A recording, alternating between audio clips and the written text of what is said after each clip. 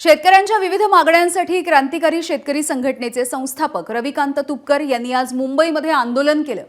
मंत्र्यांच्या बंगल्यांचा लिलाव करणार आहोत अशी हाकच त्यांनी या आंदोलनाच्या संदर्भात दिली होती।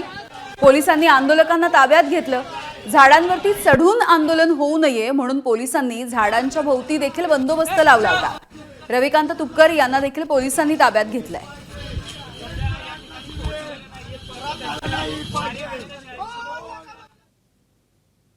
जे भरतायत नियमित त्यांना देखील मोबदला देण्यात येणार आहे। अडचण काय आहे? मोबदला देणार नाही, 50,000 रुपये देणार। 50,000 रुपयाची रक्कम फार कमी होते। आमचं म्हणणं आहे कमीत कमी 2 लाख रुपयाचं अनुदान या थकीत शेतकऱ्यांना तुम्ही दिलं, तशा पद्धतीनं रेग्युलर कर्ज भरणाऱ्या शेतकऱ्यांनाही 2 लाख रुपयाचं अनुदान द्या अशी आमची मागणी आहे। शक्तीपीठ महामार्गाला 1 लाख कोटी रुपये तुम्ही कुठून आणणार आहे? तुम्ही वाढवणच्या बंदराला पैसे कुठून दिले? मग आमदारांचे पगार थांबले का? सरकारच्या तिजोरीत पैसा नाही म्हणून? मंत्र्यांच्या सुविधा थांबल्या का?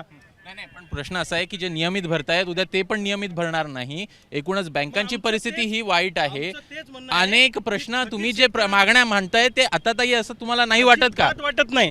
थकीत शेतकऱ्यांना जर 2 लाख रुपये आपण देऊ शकतो तर रेग्युलर भरणाऱ्या शेतकऱ्यांना पण 2 लाख रुपये दिलं पाहिजे। त्याचा बोजा सरकारवर फार पडत नाही। त्यामुळे कोणत्याही परिस्थितीमध्ये आम्हाला अनुदान पाहिजे। आमच्या मागण्या रास्त आहेत। आम्ही काही नक्षलवादी दहशतवादी नाही आहोत। लोकशाही मार्गाने आंदोलन करणं आमचा अधिकार आहे। संविधानिक मार्गाने आंदोलन करणं आमचा अधिकार आहे।